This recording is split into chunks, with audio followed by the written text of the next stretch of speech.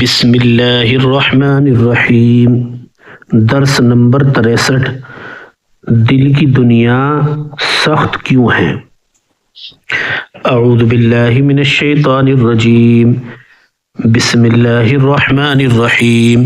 ثم قست قلوبکم من بعد ذلك فهي كالحجارة او اشد قسوة وَإِنَّ مِنَ الْحِجَارَةِ لَمَا يَتَفَجَّرُ مِنْهُ الْأَنْهَارُ وَإِنَّ مِنْهَا لَمَا يَشَّقَّقُ فَيَخْرُجُ مِنْهُ الْمَاءُ وَإِنَّ مِنْهَا لَمَا يَهْبِطُ مِنْ خَشْيَةِ اللَّهِ وَمَا اللَّهُ بِغَافِلٍ عَمَّا تَعْمَلُونَ۔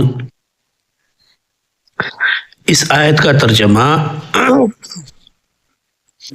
پھر تمہارے دل سخت ہی رہے تو وہ پتھر کی طرح ہے یا اس سے بھی سخت، کیونکہ کچھ پتھر تو ایسے بھی ہیں کہ جن سے پھوٹ کر دریا نکلتے ہیں، کچھ ایسے بھی ہیں جو پھٹ جاتے ہیں اور ان سے پانی نکلتا ہے، اور کچھ ایسے بھی ہیں جو اللہ کے خوف کی وجہ سے اوپر سے نیچے لڑھک آتے ہیں، اور اللہ تعالیٰ تمہارے اعمال سے بے خبر نہیں ہے۔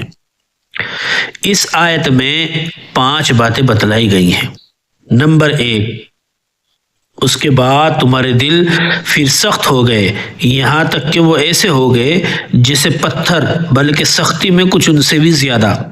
نمبر 2، کیونکہ پتھروں میں سے بھی کچھ ایسے بھی ہوتے ہیں جن سے نہریں پھوٹ پڑتی ہیں۔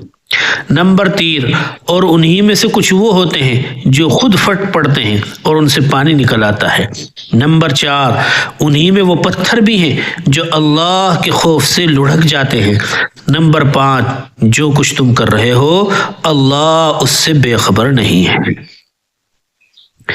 اس آیت میں بنی اسرائیل کو ان کی سخت دلی کی طرف متوجہ کیا جا رہا ہے کہ تم پر اس قدر واقعات کے گزر جانے کے باوجود بھی کہ تمہاری نافرمانی کی وجہ سے کوہ طور کو تمہارے سروں پر لا کھڑا کر دیا گیا، تمہاری قوم کے افراد کو نافرمانی کی وجہ سے بندر بنا دیا گیا، اس کے باوجود تمہارے دل اس قدر پتھر کی طرح کیوں ہو گئے؟ کیا اب بھی تمہارے لیے وہ وقت نہیں آیا کہ حق بات کو مان لیں، قدرت الہی کو تسلیم کر لیں اور اللہ کے فرمانبردار بندے بن جائیں؟ بلکہ پتھروں میں بھی بعض ایسے ہوتے ہیں جن سے نہریں نکلتی ہیں اور بہنے لگتی ہے، بعض پتھر پھٹ جاتے ہیں اور ان سے پانی نکلتا ہے اگرچہ کہ وہ بہنے کے قابل نہ ہو، بعض پتھر خوف خداوندی کی وجہ سے گر پڑتے ہیں۔ مگر اے بنی اسرائیل، تم ہو کہ پتھر سے بھی زیادہ سخت ہو۔ اللہ تعالیٰ اپنے بندوں کو بے جان پتھر سے سبق دے رہے ہیں کہ بے جان پتھر سے پانی بہہ سکتا ہے، تو کیا ایک انسان کی آنکھوں سے رب ذوالجلال کی محبت اور اس کے خوف میں آنسو نہیں بہہ سکتے؟ اللہ تعالیٰ اپنے بندوں کو ترغیب دے رہے ہیں کہ وہ اپنے دلوں میں اپنے حقیقی پروردگار کا خوف پیدا کریں۔ یہی وہ خوف و خشیت ہے جو اللہ کو مطلوب ہے۔ سب سے زیادہ اللہ ہی کا حق ہے کہ اس کا ڈر دل میں پیدا کیا جائے۔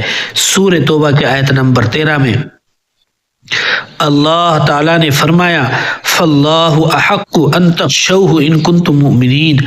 اللہ تعالیٰ اس بات کا زیادہ حق رکھتا ہے کہ تم اس سے ڈرو اگر تم مومن ہو۔ سورہ مائدہ کی آیت نمبر 44 میں فرمایا، فَلَا تَخْشَوُا النَّاسَ وَاخْشَوْنِ۔ تم لوگوں سے نہ ڈرو اور مجھ سے ڈرو۔ سورہ رعد کی آیت نمبر 21 میں عقل مندوں کی یہ صفت بیان کی گئی ہے، وَيَخْشَوْنَ رَبَّهُمْ وَيَخَافُونَ سُوءَ الْحِسَابِ۔ اور وہ اپنے پروردگار سے ڈرتے ہیں اور حساب کے برے انجام سے خوف کھاتے ہیں۔ اللہ تعالی ہمارے دلوں کو نرم فرما دے اور ہمارے دلوں میں اللہ کا ڈر پیدا فرما دے، تقوی فرما دے۔ آمین ثم آمین۔